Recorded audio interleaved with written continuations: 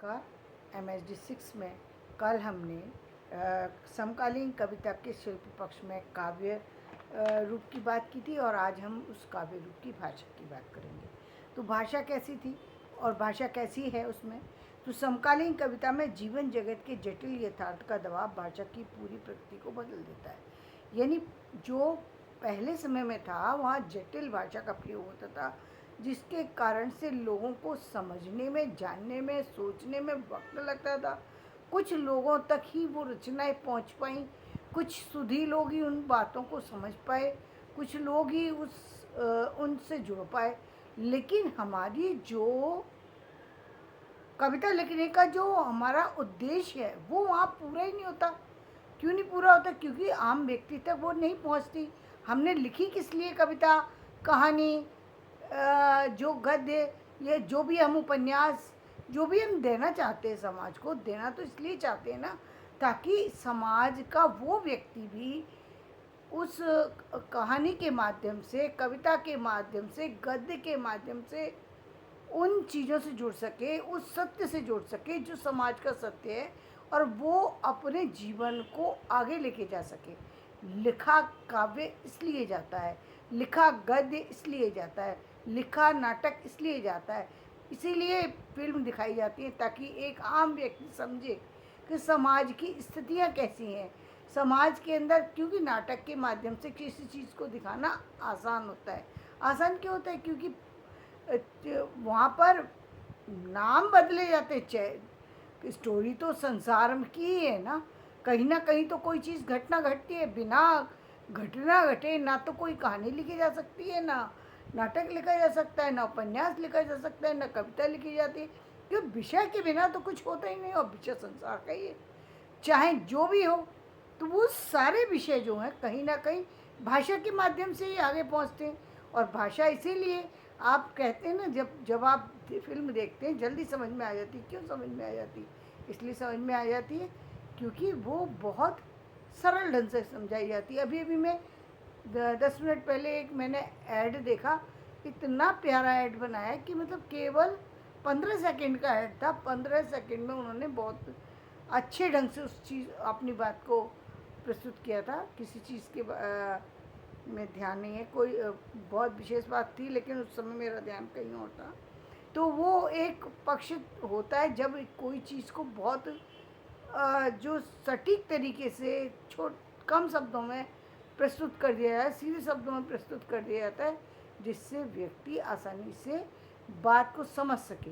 तो हमारा जो भी कुछ गद्य पद्य जो लिखने का जो मुख्य विषय है वो ये है कि हर व्यक्ति को जगाया जाए, हर व्यक्ति के अंदर कहानी, कविता, नाटक, फिल्म, इन सब के प्रति रुचि जागृत की जाए, ताकि वो भी आगे आकर के उनको पढ़ सकें, लिख सकें, समझ सकें, अपने आप की स्थितियों को बदल सकें।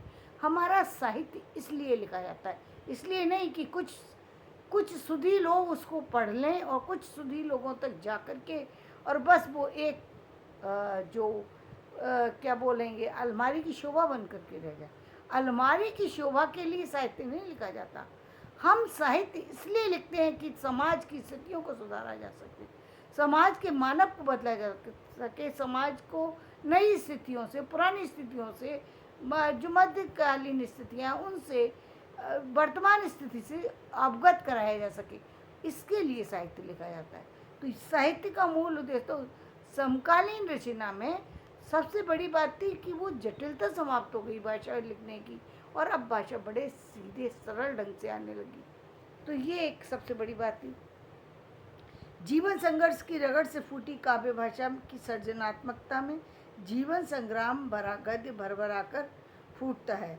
कि अब उसमें क्या था कि जीवन का जो संघर्ष है वो एकदम ऐसे प्रस्तुत हो जाता है कि मतलब आदमी जो है वो एकदम उससे उसकी रूह जो है ना, आत्मा ही जागृत हो जाती है उसके अंदर।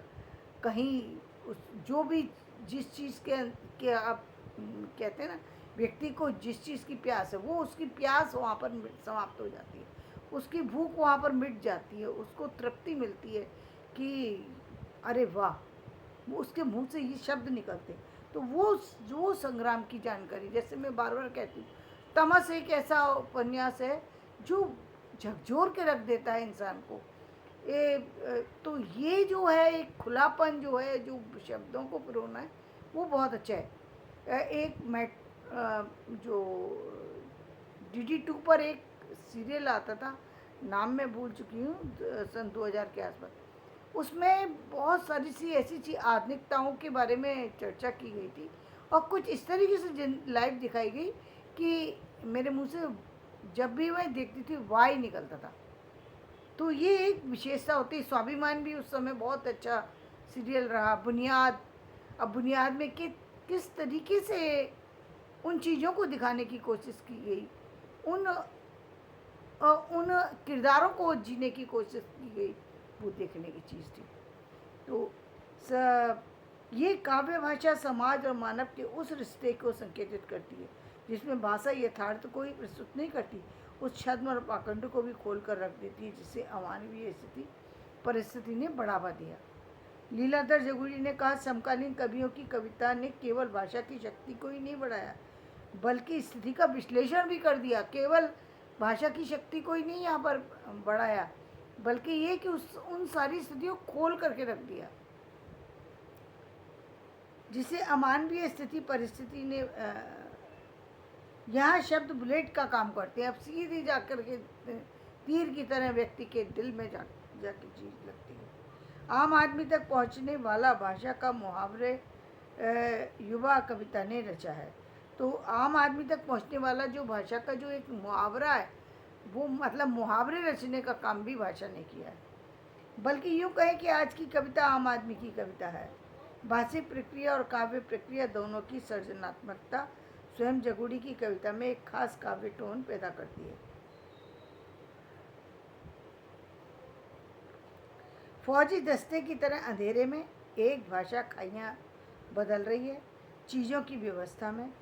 तुम्हारा इस तरह गायब हो जाना मेरे लिखने की भाषा है। अब निरंतर सुन रहा हूँ अपने भीतर खुद भाषा को जो आघात पहुँच रहा है मेरी मरम्मत के बहाने। तो वो यहाँ के फौजी दस्ते की तरह अंधेरे में एक भाषा खाइयाँ बदल रही। कितने अच्छे शब्दों में कितनी अच्छी बात कह रही है। तो ये बात होती है जो कि जादू की तरीके से सच चढ़कर आदमी को विवश करती है सोचने समझने के लिए। तो काव्य भाषा को अभिजात्य से पूरी तरह मुक्त करने का एक जोरदार अभियान धूमिल ने चलाया। उन्होंने पैनी, कटकनी, नुकीली, व्यंग्य प्रधान, सपाट बयानी में संपन्न और समर्थ, सीधी मार करने वाली भाषा में बिच्छू के डंक सी चोट करने वाली भाषा को सर्जना में डालकर दम लिया। तो धन्यवाद। आज का वीडियो मैं यही समाप्त करती हूँ। कल मैं नए वीडियो में फिर आपसे चर्चा करूँगी, क्योंकि मेरा वीडियो लंबा होने लगता है तो मुझे थोड़ी सी चिंता होने लगती है। कल मैं वापस से नए विषय, इसी विषय पर आगे की चर्चा करूँगी। मेरा वीडियो पसंद आए लाइक करें, शेयर करें, सब्सक्राइब